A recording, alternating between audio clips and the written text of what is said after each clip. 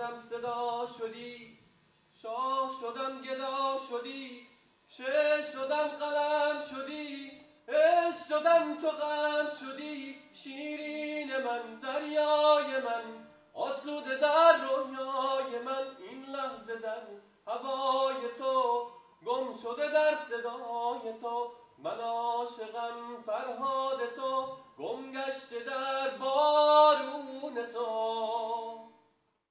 داستان امشب مربوط به 1400 سال پیش، کمی قبل از حمله اعراب است. این حقیقت تاریخی در دوران سلطنت سلسله ساسانی در ایران بزرگ اتفاق افتاده است. زنی فرمانده است از نسل شاهان، شده جوش سپاهش تا سپاهان، ز مردان بیشتر دارد سترگی، مهین بانوش خوانند از بزرگی. دو پستان چون دو سیمین نار نوخیز، بران پستان گل بستان درمریز، رخش نسرین و زلفش بوی نسرین، لبش شیرین و نامش نیز شیرین. چو می دید از هوس می شد دلش سست، چو می کردند پنهان باز می جست. چو شیرین نام صورت برد گفتند، که آن تمثال را دیوان نهفتند. چو تو بر صورت خسرو چنینی، ببین تا چون بود کو را ببینی. بدین فر و جمال آن عالم افروز، هوای عشق تو دارد شب و روز. جز این چاره ندید آن چشمه قند، که گیسو را چو شب بر مه پراکند. جوانمردی خوش آمد را ادب کرد، نظرگاهش دگر جایی طلب کرد. شهنشه بخت را سرگشته می دید، رعیت را از خود برگشته می دید. ز بی پشتی چو عاجز گشت پرویز، ز روی تخت شد بر پشت شبدیز. به 100 نیرنگ و دستان راه و بیراه، به آذربایگان آورد بنگاه.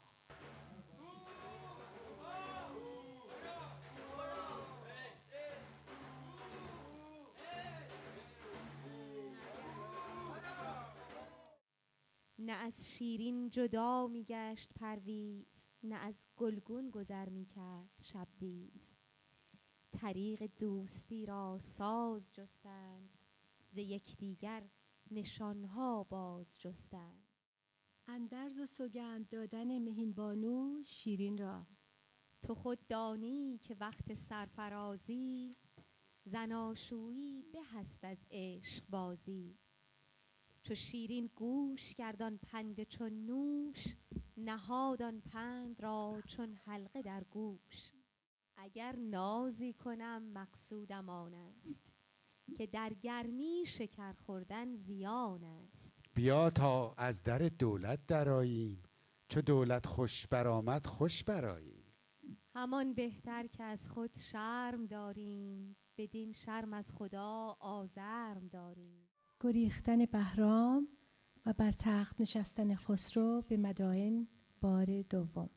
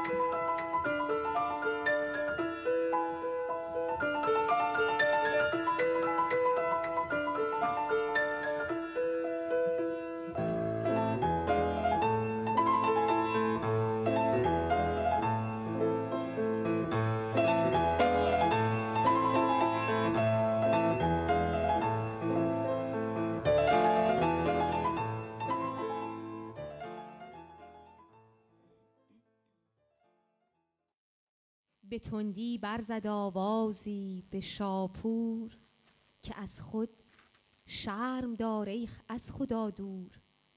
برآوردی مرا از شهریاری، کنون خواهی که از جانم برآری.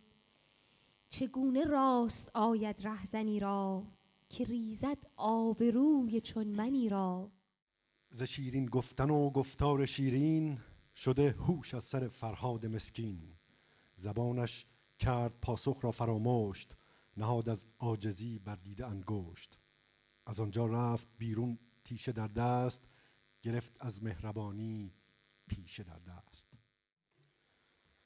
جوابش داد مرد آهنین چنگ، که بردارم ز راه خسرو این سنگ.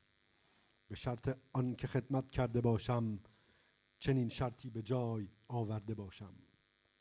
دل خسرو رضای من بجوید، به ترک شکر شیرین بجوید.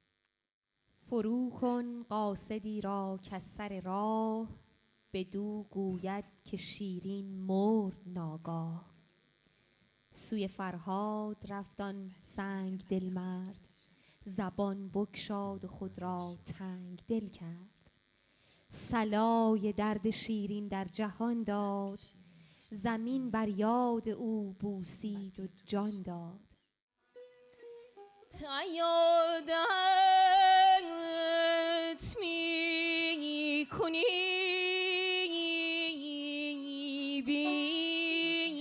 بیمار خود را، مرا این آرزو بیمار رو کرده.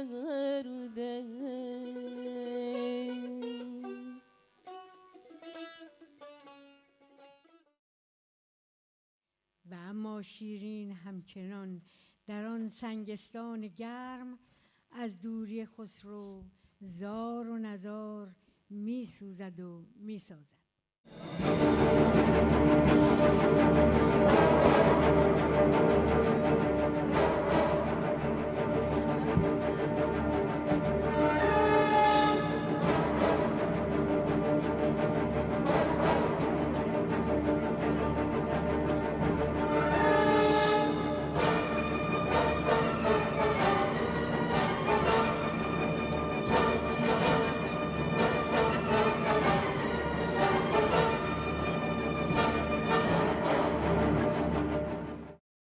حدیث آن که در بستم روا بود، که سرمست آمدن پیشم خطا بود.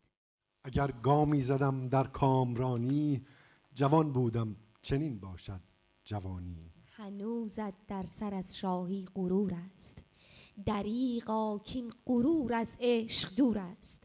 که بیکاوین اگرچه پادشاهی، ز من بر نایدت کامی که خواهی. شیرین را در غرفه نزدیک نکیسا پنهان کرد و باربد را در نزدیکی خسرو جای قرار داد.